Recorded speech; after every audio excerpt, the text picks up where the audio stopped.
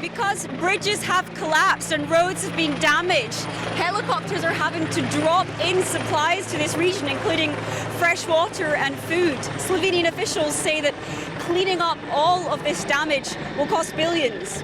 So if the French government hoped it could simply turn the page on this bitter political chapter, well, it's clear that these demonstrators have other ideas. Several hundred trucks of aid have been able to enter Gaza through that Rafah crossing over the past few weeks, but that was described to me by this humanitarian worker as simply a drop in the ocean. President, do you think Europe is really a reliable partner for Africa, and is this a partnership of equals?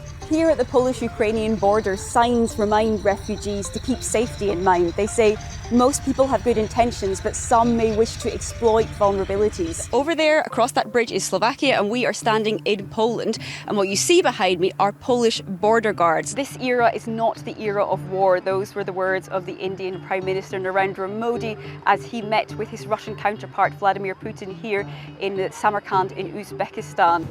In the sand, objects outlive their owners.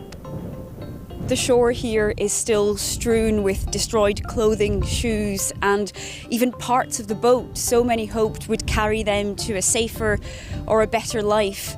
Instead, dozens drowned before ever reaching Italy, and now what's left are these broken bits and pieces of lives lost. After the horrors, now the weight is agonising. They took them and we are just trying to save whoever is still alive. How clean is the air you breathe? Data aggregated by DW shows that last year, 98% of people in Europe lived in areas where air quality falls short of World Health Organization recommendations. Now, the European Union is trying to clean up its act. But Europe is determined to catch up with its own vision for AI. One that's based on stricter rules to protect user data and privacy. We set out to understand, will this strategy help Europe close the gap? We're meeting officials and AI pioneers across the continent to find out.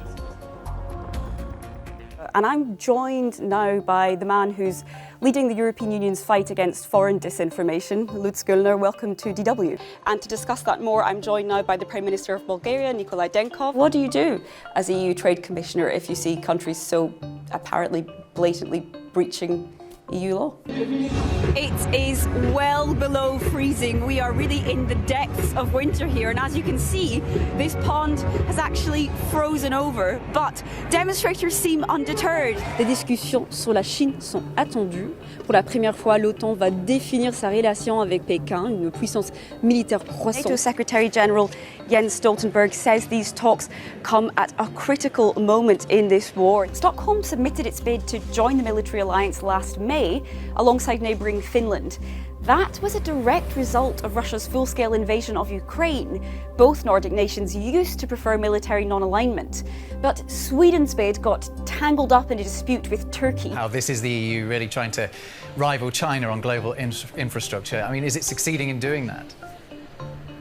Yeah, Rob, it's really the worst kept secret in Brussels. You will never hear the EU officials saying on the record they're trying to rival China, but it's really there in the background of every speech they're making. Campaigners say Italy is an outlier, lagging behind most other Western European countries when it comes to enshrining LGBTQ rights in law. So it's clear reopening nightlife is far from risk-free.